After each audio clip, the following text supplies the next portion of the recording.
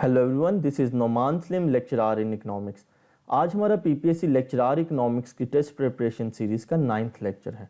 अगर आपने मेरे पिछले 8 लेक्चर्स नहीं देखे तो उनके लिंक्स डिस्क्रिप्शन में मौजूद हैं, आप वहां से देख सकते हैं। और अगर आपने मेरा चैनल अभी तक सब्सक्राइब नहीं किया तो वो भी कर लें ताकि आप मेरी आने वाली टेस्ट प्रिपरेशन सीरीज़ फॉलो कर सकें। आइए आज का लेक्चर स्टार्ट करते हैं।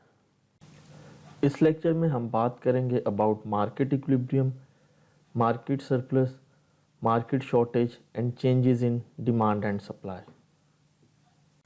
Market equilibrium. Market equilibrium is a market state where the supply in the market is equal to the demand in the market. अगर हम ग्राफिकली देखें तो जहाँ पे सप्लाई और डिमांड कर्व आपस में इंटरसेक्ट करती हैं, इंटरसेक्ट का मतलब कि जहाँ पे ये दोनों इक्वल हो जाती हैं वहाँ पे मार्केट इक्विलिब्रियम होता है। और यहाँ पे जो प्राइस आती है उसको हम मार्केट इक्विलिब्रियम प्राइस कहते हैं, क्योंकि जहाँ पे सप्लाई और डिमांड इक्वल हो जाती है वहाँ पे मार्केट इक्विलिब्रियम आता है। सो इसीलिए यहाँ पे जो प्राइस आती है उसको हम मार्केट इक्विलिब्रियम प्राइस कहते हैं।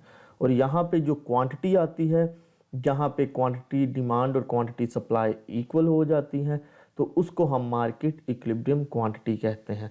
सो आपको याद रखना है कि मार्केट इक्विलिब्रियम ऐसी सिचुएशन होती है जहाँ पे सप्लाई और डिमांड आपस में इक्वल हो जाती हैं। इक्वल होने का मतलब है ग्राफिकली कि जहाँ पे ये दोनों कर्व आपस में इंटरसेक्ट करती हैं, और जहाँ पे ये इंटरसेक्ट करती हैं वहाँ पे मार्केट इक्विलिब्रियम आ जाता है।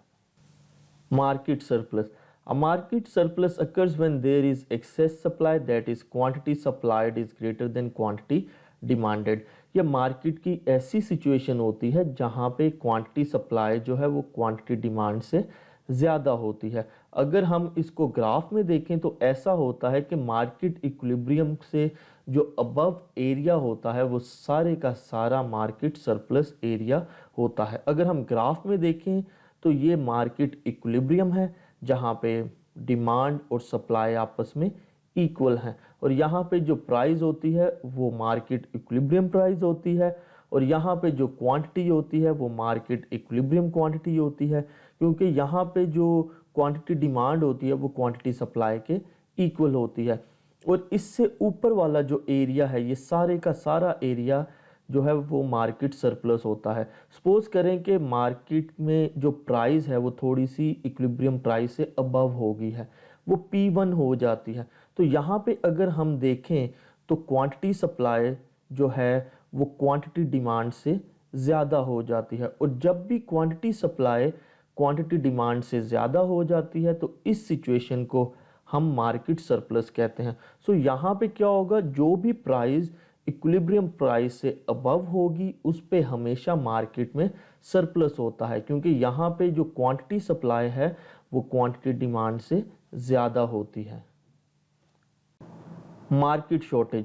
A market shortage occurs when there is excess demand, that is quantity demanded is greater than quantity supplied. इस केस में क्या होता है कि इस केस में जो क्वांटिटी डिमांड है वो क्वांटिटी सप्लाई से ज़्यादा हो जाती है। सरप्लस के केस में क्वांटिटी सप्लाई ज़्यादा होती है। सो इसी तरह से शॉर्टेज के केस में क्या होता है, क्वांटिटी डिमांड ज़्यादा होती है और उसकी जो सप्लाई होती है वो कम होती है, जिसकी वजह से मार्केट में शॉर्टेज आ जाता है। सो ये ऐसी सिचुएशन होती है जो मार्केट इक्विलिब्रियम से बिलो एरिया होता है वो सारे का सारा हमें मार्केट शॉर्टेज शो करता है। अगर हम ग्राफिकली देखें तो ये मार्केट इक्विलिब्रियम है। सो इससे बिलो जितना एरिया होगा वहाँ पे क्या होगा, मार्केट शॉर्टेज होगा। सपोज करें कि मार्केट इक्विलिब्रियम से जो प्राइस है वो थोड़ी सी कम हो जाती है। इस प्राइस पे हम देखें तो मार्केट की जो क्वांटिटी डिमांड है वो ज़्यादा है और क्वांटिटी सप्लाई क्या है, कम है।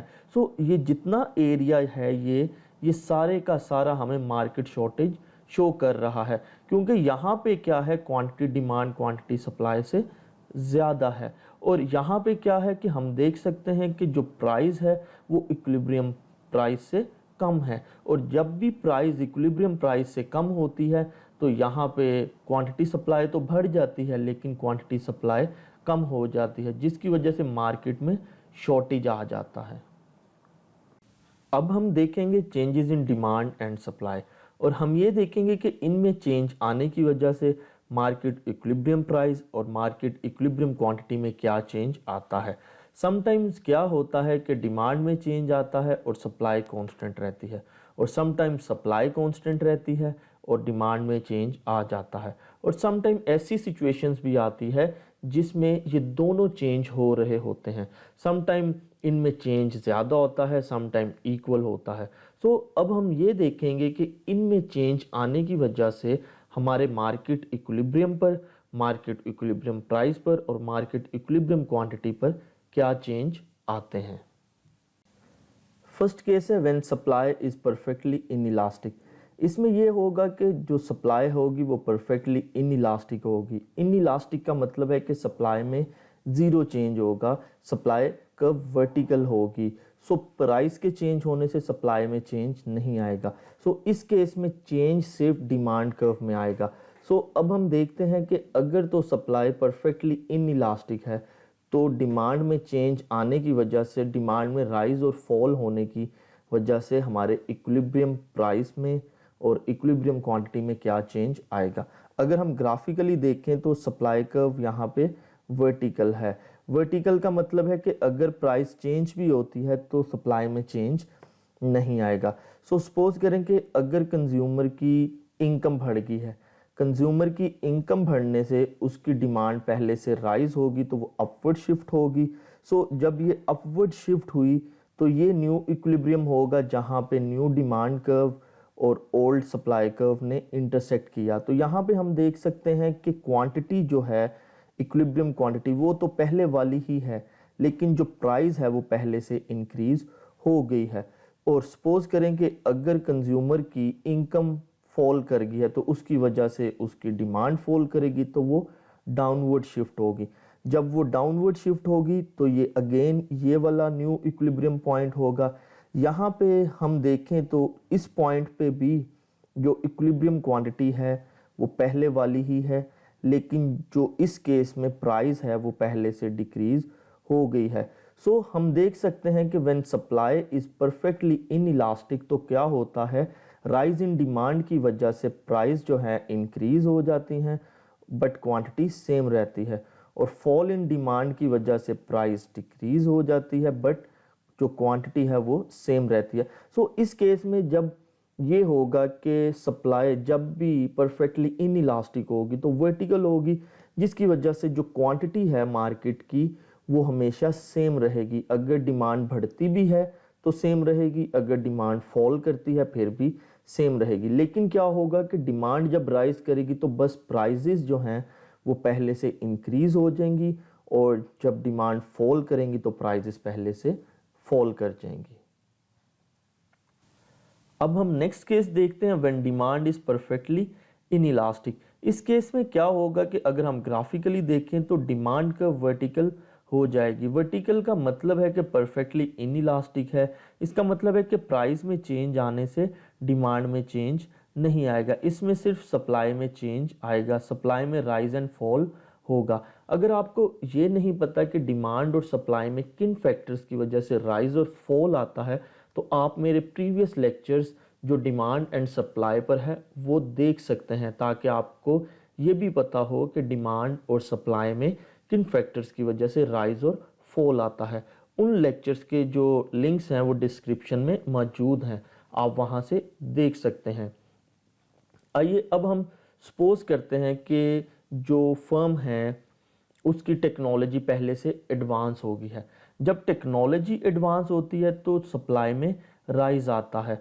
सो सप्लाई जब राइज होती है तो वो राइटवर्ड शिफ्ट करती है। अगर सप्लाई राइज करके राइटवर्ड शिफ्ट करेगी तो ये न्यू इक्विलिब्रियम पॉइंट होगा जहाँ पे डिमांड एंड सप्लाई ने इंटरसेक्ट किया। तो यहाँ पे हम देख सकते हैं कि न्यू इक्विलिब्रियम पे जो क्वांटिटी है वो पहले वाली ही है, लेकिन जो प्राइजेस हैं वो पहले से डाउन हो गए हैं। सो अगर किसी वजह से सपोज करें कॉस्ट ऑफ प्रोडक्शन बढ़ने से जो है सप्लाई में फॉल आता है, तो सप्लाई में फॉल आने से क्या होगा कि न्यू इक्विलिब्रियम यहाँ पे होगा।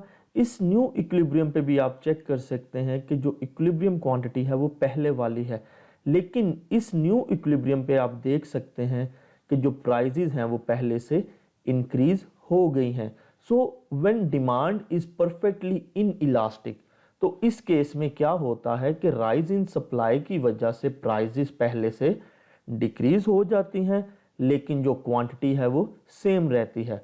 और फॉल इन सप्लाई की वजह से जो प्राइजेस हैं वो पहले से इंक्रीज हो जाती हैं, लेकिन जो इक्विलिब्रियम क्वांटिटी है वो सेम रहती है।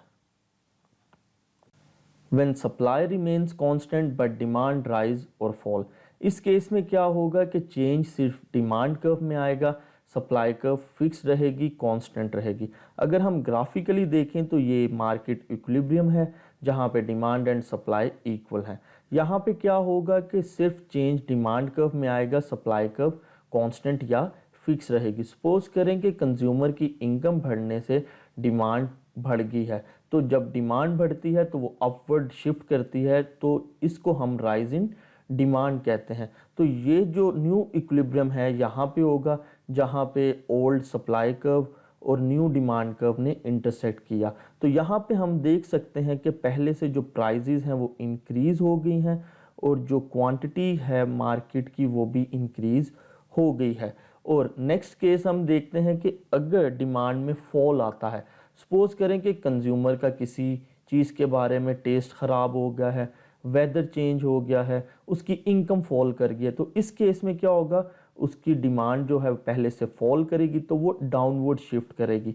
अगर वो डाउनवर्ड शिफ्ट करती है तो इसको हम फॉल इन डिमांड कहते हैं। तो ये जो है यहाँ पे न्यू इक्विलिब्रियम पॉइंट होगा जहाँ पे ओल्ड सप्लाई कर्व और न्यू डिमांड कर्व ने इंटरसेक्ट किया। तो यहाँ पे हम देख सकते हैं कि जब डिमांड ने फॉल किया तो प्राइजेस पहले से डिक्रीज हो गई हैं और जो इक्विलिब्रियम क्वांटिटी है वो भी पहले से डिक्रीज हो गई है। सो हम देख सकते हैं कि when supply remains constant but demand rise और फॉल, तो इस केस में क्या होता है कि राइज इन डिमांड में क्या होगा, प्राइस इंक्रीज करती है और क्वांटिटी भी इंक्रीज करती है। और फॉल इन डिमांड में क्या होता है कि प्राइस फॉल करती हैं और क्वांटिटी भी फॉल करती है। सो इसका मतलब है कि जब सप्लाई कांस्टेंट होगी तो डिमांड के बढ़ने से प्राइस और क्वांटिटी दोनों इंक्रीज होंगी और डिमांड के फॉल करने से प्राइस और क्वांटिटी दोनों फॉल करेंगी। अब हम ऐसा केस देखते हैं कि when demand remains constant but supply rise और फॉल। इस केस में डिमांड कर्व कांस्टेंट या फिक्स रहेगी और सप्लाई कर्व राइज और फॉल होगी।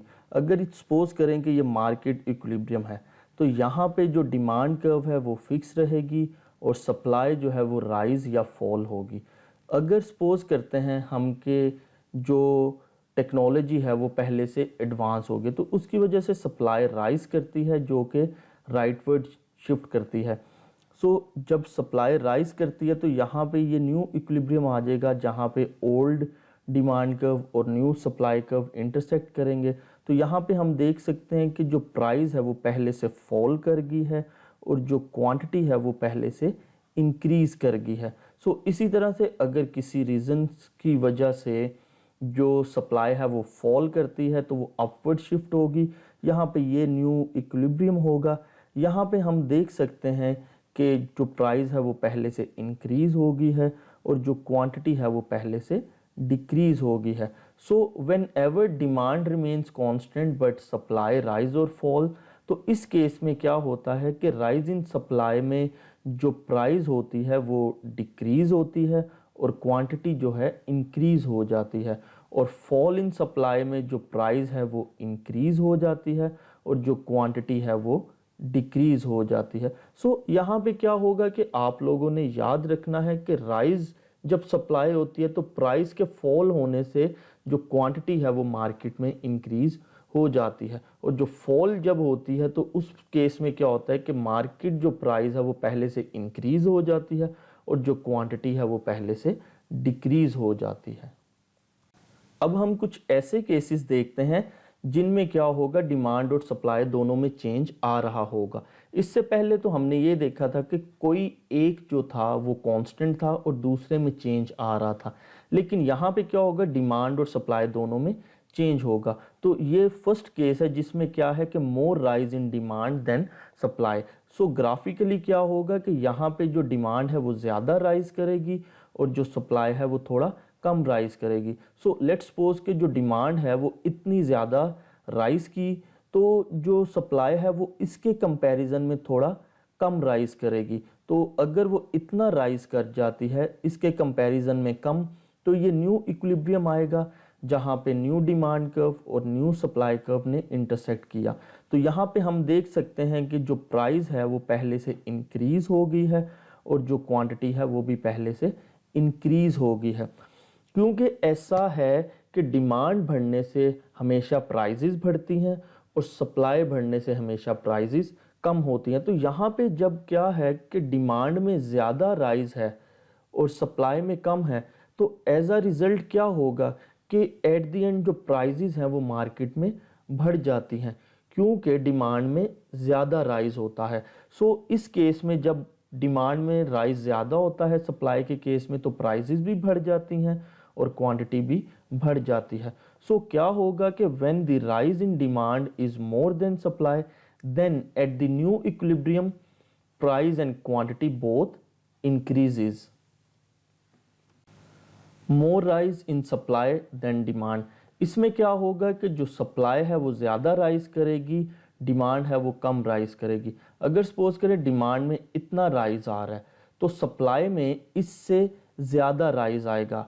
तो न्यू जो इक्विलिब्रियम होगा वो यहाँ पे होगा जहाँ पे न्यू डिमांड और न्यू सप्लाई कर्व ने इंटरसेक्ट किया। तो यहाँ पे हम देख सकते हैं कि जो प्राइजेस हैं वो पहले से फॉल कर गई हैं और जो क्वांटिटी है वो पहले से इंक्रीज हो गई है। इस केस में देखें कि जो डिमांड है सपोज करें वो 5% इंक्रीज हुई है, तो आप सपोज करें कि 5% प्राइजेस इंक्रीज हो गई हैं।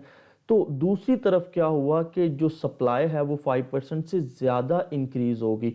आप सपोज कर लें कि वो होगी है 10% इंक्रीज। तो इसका मतलब क्या हुआ कि रिजल्टेंट क्या होगा कि जो सप्लाई की इंक्रीज होने से 10% प्राइजेस डाउन होंगी, जो 5% इंक्रीज हुई थी वो क्या हुआ 10% डिक्रीज होने से एट द एंड क्या होगा, मार्केट में प्राइजेस डिक्रीज हो जाएंगी और जो क्वांटिटी है वो पहले से इंक्रीज हो जाएगी। सो इसलिए जब भी क्या होता है when the rise in supply is more than demand, then at the new equilibrium price decreases and quantity increases.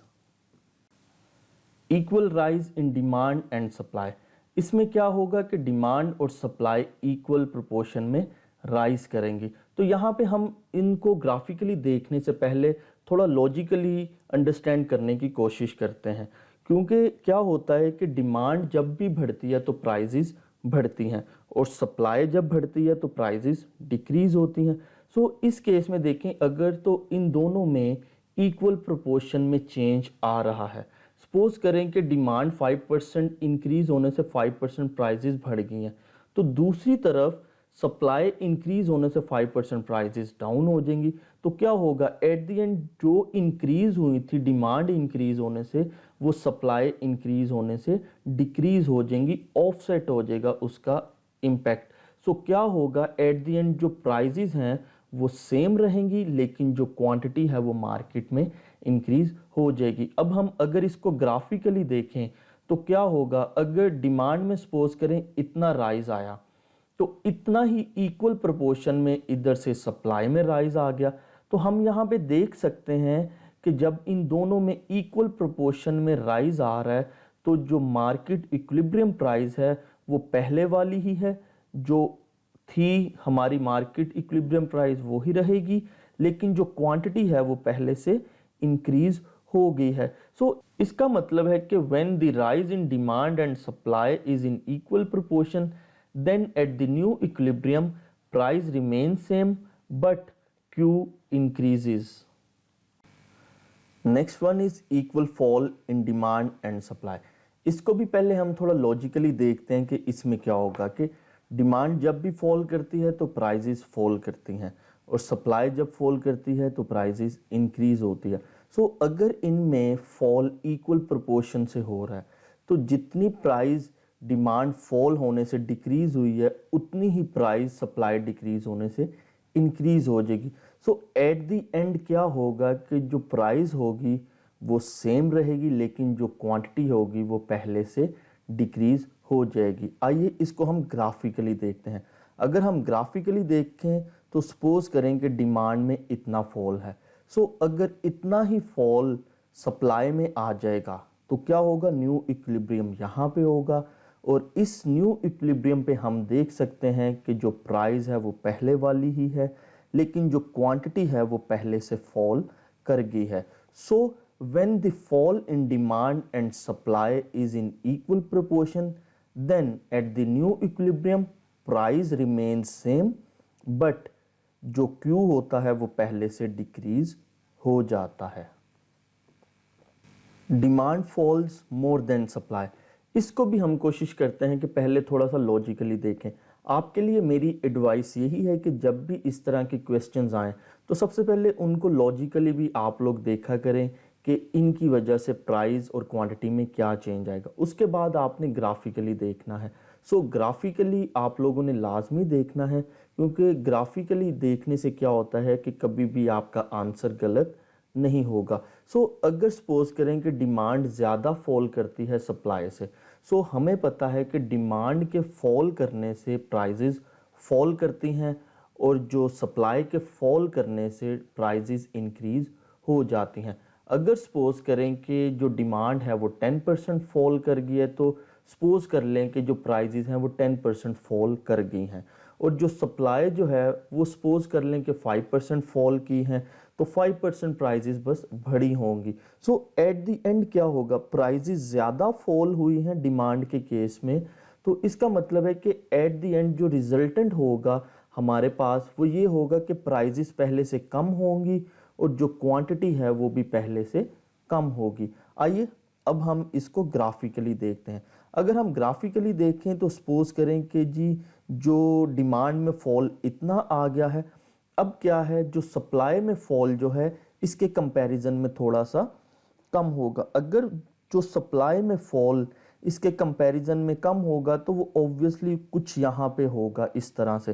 तो यहाँ पे देखिए ये न्यू इक्विलिब्रियम होगा, जहाँ पे न्यू सप्लाई और डिमांड ने आपस में इंटरसेक्ट किया। तो यहाँ पे हम देख सकते हैं कि पहले से जो प्राइजेस हैं वो फॉल कर गई हैं, और जो क्वांटिटी है वो भी पहले से फॉल कर गई है।